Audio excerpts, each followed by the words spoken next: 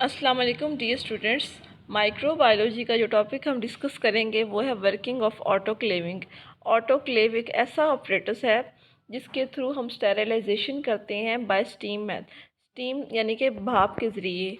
ठीक है, इसके अंदर टेम्परेचर सेटअप होते हैं, जैसे कि माइक्रोवेव ओवन में हम टेम्परेचर सेट करते हैं अपने डिफरेंट चीज़ें पकाने के लिए, चीज़ें गर्म करने के लिए टेम्परेचर सेट करते हैं। इसी तरह ऑटोक्लेव जो ऑपरेटस होता है इसका भी टेम्परेचर सेटअप होता है।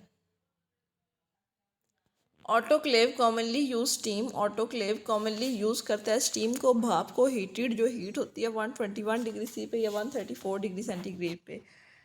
टू अचीव सरटिलिटी को अचीव करने के लिए जो टेम्परेचर हमें रिक्वायर्ड होता है 121 डिग्री सेंटीग्रेड पे, अगर हम उसका टेम्परेचर सेट करें ऑटोक्लेवर का, ठीक है, तो जो टाइम रिक्वायर्ड होता है वो 15 से 20 मिनट होता है। अगर हम इसका टेम्परेचर बढ़ा दें 134 पे ले जाएं तो जो टाइम होगा वो कम हो जाएगा। तकरीबन 3 मिनट में हम स्टेरिलाइजेशन या सर्टिलिटी को अचीव कर लेंगे।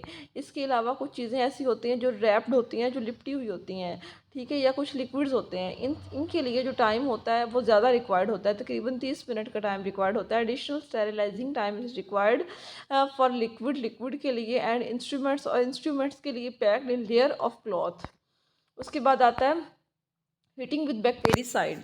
बैक्टीरिसाइड से मुराद वो वाली सब्सटेंसेस होती हैं जो बैक्टीरिया को किल करती हैं। In this method bactericide a substance which kills bacteria, वो वाली सब्सटेंस जो बैक्टीरिया को किल करती हैं, इज़ एडेड, ये ऐड की जाती हैं टू द सॉल्यूशंस के अंदर, to be sterilised which are then sealed.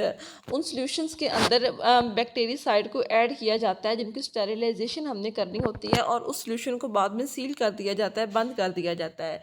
इस सील्ड कंटेनर जो बंद किया हुआ कंटेनर है जिसके अंदर बैक्टीरिसाइड डाला हुआ है, इसको वाटर बाथ के अंदर हीट किया जाता है तकरीबन 100 डिग्री सेंटीग्रेड पे। Then sealed container are then heated at 100 degree C for 30 minutes in water bath. उसके बाद आता है स्टेरिलाइजेशन बाय बॉइलिंग वाटर।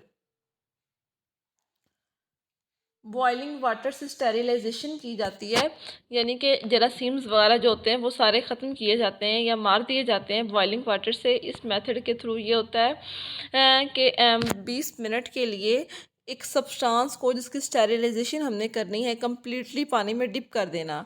ठीक है, तो इस प्रोसेस के थ्रू हम इंस्ट्रूमेंट्स को स्टेरिलाइज करते हैं, जिनमें ब्लेड्स आती हैं, नाइफ्स आती हैं, चाकू छुरियाँ वगैरह आती हैं, सीजर्स आती हैं, कैंचियाँ वगैरह, और डिफरेंट इंस्ट्रूमेंट्स जिनको हम स्टेरिलाइज करना चाहते हैं।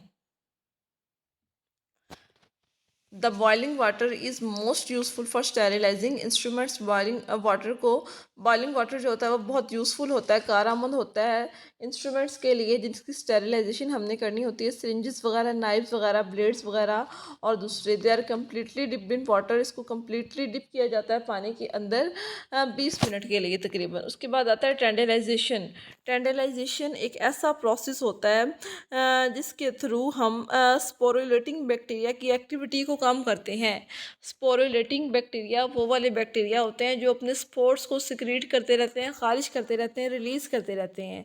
ठीक है, इन टेंडराइजेशन में हम स्पोरुलेटिंग बैक्टीरिया की एक्टिविटी को कम कर देते हैं।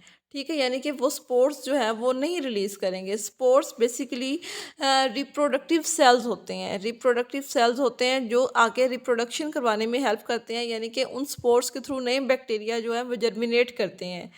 तो टेंडराइजेशन में स्पोरुलेटिंग बैक्टीरिया की एक्टिविटी को कम कर दिया जाता है। सिंपल अगर हम बॉइलिंग वाटर जो होता है इसके थ्रू स्टेरिलाइजेशन करें तो स्पोर्स जो होते हैं वो किल नहीं होते, और ना ही स्पोरुलेटिंग बैक्टीरिया की एक्टिविटी कम की जाती है।